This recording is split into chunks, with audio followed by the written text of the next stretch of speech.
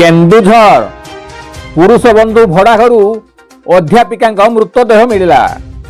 କେନ୍ଦୁଝର ମହିଳା କଲେଜର ଅତିଥି ଅଧ୍ୟାପିକା ପ୍ରିୟଙ୍କା ଦାସଙ୍କ ମୃତଦେହ ପୁରୁଷ ବନ୍ଧୁଙ୍କ ଭଡ଼ା ଘରୁ ମିଳିଛି।